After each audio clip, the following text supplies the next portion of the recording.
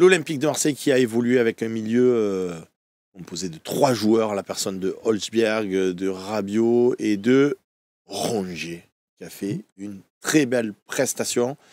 On va commencer avec toi, Julien. Tu as dit que tu étais content de voir Rongier. Donc je suis très content de voir Rongier parce que c'est quelqu'un qui est serein et on manque de sérénité, surtout au stade Vélodrome à domicile. J'ai l'impression qu'il faut du calme, de l'équilibre, pas paniquer. Si on prend un but, on ne panique pas. Nous, là, chaque fois qu'on prend un but, j'ai l'impression que ça y est, on peut plus revenir. Là, on a des joueurs qui savent jouer avec la pression de l'OM, et qui savent aussi intégrer les nouveaux, parce qu'il y a beaucoup de nouveaux dans cette équipe. Donc si on ne met pas des gens qui étaient là l'année dernière, c'est trop compliqué. Là, Rongier, au milieu, c'est bien, parce que si ça va pas, si ça va, il va rééquilibrer, il va faire un duo avec Rabiot, parce qu'Holberg, tout seul, il a mené le milieu de terrain tout seul depuis le début de la saison. Là, il va y avoir un peu de créativité, on va arrêter de faire monter Holberg, de le faire descendre, de tout faire sur le terrain. Il faut qu'il prenne aussi son rôle de pivot. Rabiot et Rongier vont s'amuser devant. Ça libère aussi Rabiot pour l'attaque, parce que c'est un bon offensif aussi. Il sait faire des passes de fou. Et au final, à 2, j'ai l'impression qu'il ne se lâche pas. Donc moi, j'aime bien ce milieu à 3. Je suis très content qu'il y ait un milieu à 3.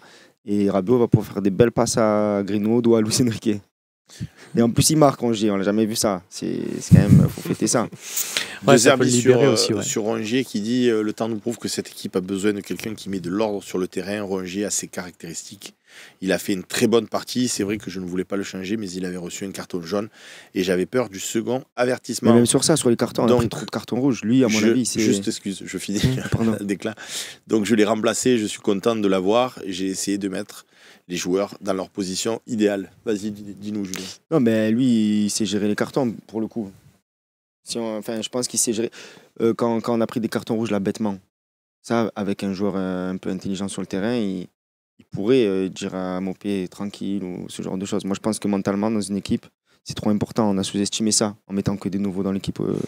Après, je suis d'accord avec toi sur ce qu'apporte Rongier à l'équipe. Et là, même dans le jeu, avec cette capacité à aller un peu au pressing, à libérer un peu. Et au final, c'est un peu. Mais c'est pas juste un porteur d'eau pour Holbière et Rabiot. Je trouve que Rongier, il a aussi des vraies qualités foot qui vont s'exprimer dans le jeu, ce qu'on disait de Zerbi, parce que quand il y a ces fameuses passes latérales, je vais y arriver, ces passes horizontales là, de 20 mètres là, qui fusent bien. Lui, il sait, s'il a la réception de cette passe, avoir le contrôle qu'il faut pour faire la remise intelligente sur 5 mètres, et mieux encore, s'il voit cette passe qui est à destination d'un coéquipier, se positionner juste en retrait pour être à la réception et réorienter le jeu et faire gagner le terrain. Donc, je pense qu'il est très très utile au milieu de terrain. C'est un rôle un peu de l'ombre, ce positionnement-là, mais lui, il est en capacité de bien intégrer ça et vraiment de faire briller et Holbière est un peu derrière lui et Rabiot un peu devant. Anthony, est-ce que ce milieu, puisqu'on a titré cette partie, on ne touche plus au milieu, est-ce qu'on ne touche plus au milieu à l'extérieur ou est-ce qu'on ne touche plus au milieu du tout? Parce que si on joue comme ça au Vélodrome, alors je mets encore de côté le match de Monaco, mais quand on va jouer les équipes dites plus faibles, est-ce qu'un milieu Holzberg, Rabiot et Rongier, c'est pas un peu trop défensif dans ton regard ou non, ça équilibre et puis c'est pas plus mal? Puisqu'on le rappelle, comme tu l'as dit, on a évolué à 3 derrière, donc ça veut dire qu'il y avait Ulysse Garcia et Luis Enrique qui ont pris leur côté, il y avait Rabiot et il y avait Greenwood en soutien de Mopé. Donc est-ce que c'est assez offensif pour des petites équipes bloc bas au stade Vélodrome ou pas forcément? Aujourd'hui, on avait une problématique, on s'en est vite rendu compte, c'est qu'un joueur avait le talent de Greenwood, par contre sur le plan défensif, ça ne travaille pas. Donc ça, c'est une problématique, parce que quand tu n'as pas le ballon, à un moment donné, tu mets des choses en place pour empêcher la progression de l'adversaire. Et sur les transitions, on a vu qu'on était en difficulté, notamment contre le PSG, où c'était catastrophique. Et derrière, tu es obligé de renforcer ton milieu de terrain sur le plan défensif à la récupération du ballon, parce que tu sais que les joueurs qui sont devant, ils vont moins travailler à la récupération du ballon.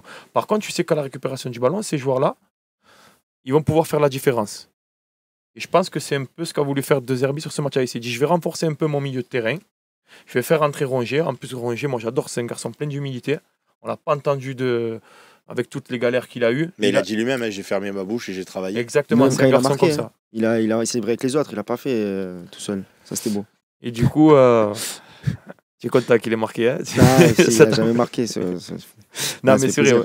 Je pense qu'on est tous heureux parce qu'il est apprécié à Marseille. Et c'est un bon joueur. Voilà, on aime ce genre de joueurs. C'est des garçons qui mouillent le maillot, qui font pas de bruit et en plus qui sont importants dans l'effectif. Donc Rongier, pour moi, ça restera un joueur important. Après, est-ce qu'il va rester comme ça au milieu ou pas? Honnêtement, il n'y a que lui qui le sait, ça. Et puis, d'un match à un autre, ça peut changer. On parlait des blocs bas tout à l'heure, Anthony. Est-ce que quand on va jouer contre des équipes blocs bas au Vélodrome, d'avoir un milieu comme ça, je qualifierais de renforcer quelque part, parce qu'il y a 3 besogneux. Bon, même si Rabiot et Holberg, ils ont quand même, et Rongier aussi, ils sont quand même techniques, c'est des professionnels, mais c'est pas des harides, quoi, tu vois. C'est en termes de créativité. Rabiot, ça va. En équipe de France, il joue à gauche et tout. Ah ben, il y avait Pogba, Matuidi, Kanté, lui il était en attaque, oui, ça mais va. Pogba, ça crée du jeu aussi. Ouais. Moi, je trouve que par rapport à ce que tu dis, ta crainte, si tu gardes ce schéma, pour moi, là, tu es sur une défense à 5. Moi, j'ai avec... pas de crainte, je pose des questions. Oui, ton interrogation. Voilà. Luis Enrique et Ulysse Garcia ou Quentin Merlin de l'autre côté sont quand même 2 joueurs qui peuvent bien plus se projeter et permettre à une défense, du coup, imaginons au Vélodrome, tu es face à une équipe... Enrique, ok, il a marqué, donc on va encore nous dire, à raison, il a des stats pour lui, etc. Mais avant son but, non, c'est alors, compliqué son match. Je parle en tant que percussion, je parle pas en tant que... Voilà, c'est pour ça. C'est Luis Enrique qui occupe vraiment son couloir pour permettre à Greenwood d'être dans le demi-espace entre Luis Enrique et l'axe du terrain où il va se retrouver avec une densité. Il y a un Højbjerg qui peut venir dans cette zone-là combiné avec lui. Je trouve que face à des équipes qui peuvent être du coup en défense, avec ce schéma-là, tu apportes des solutions, notamment aussi de l'autre côté avec un joueur à gauche qui peut monter tout le long de la ligne. Après, je pense que dans cette configuration-là, les joueurs qui sont vraiment couloirs, Luis Enrique et Ulysse Garcia ou Quentin Merlin, on ne leur demande pas de percuter, on va leur demander de centrer. On ne va pas leur demander de rentrer dans le jeu, puisqu'il y aura des mecs demi-espace, Rabiot et Greenwood, pour récupérer ces ballons-là. Donc dans ça correspond. Ça sacrifie Rowe aussi. Parce qu'on l'a vu, il est rentré à la place de Greenwood. Ça par contre, pour moi, ouais, c'est la vraie interrogation, c'est de se dire que Rowe... Après, pas obligatoirement, parce qu'il peut passer sur un 3-4-3. Avec 3... Bon, ça m'arrive des fois de jouer comme ça. Tu joues avec 2 ailiers, un attaquant, axe, et derrière, tu joues avec une ligne de 4, 2 au milieu et 2 pistons. Mais là, ça veut dire que tu sors Rabiot et... Après, à un moment donné, tu es obligé de faire des choix. C'est pour ça. Non, mais c'est pour ça que le perdant de cette réorganisation-là, ça serait Jonathan Rowe. Je suis d'accord avec toi. Mais pour le coup, Luis Enrique, dans ce poste-là, et je ne suis pas... il peut jouer à la place d'Enrique, Rowe, tu penses? Dans ce système-là? Mais tu fais un 4-3-3 normal aussi. C'est pas ce qu'il a fait. Oui, non, tu peux... Même si on garde le milieu à 3... Je pense moins. Je pense moins que Rowe est capable de faire ce que fait Luis Enrique, même si, encore une fois, moi, je ne suis pas grandement satisfait de son match, on va dire, dans son ensemble, mais je reconnais que il a tenu ce poste vraiment de piston droit. Murillo, lui, a joué central droit et ça a été... Moi, j'ai juste une question.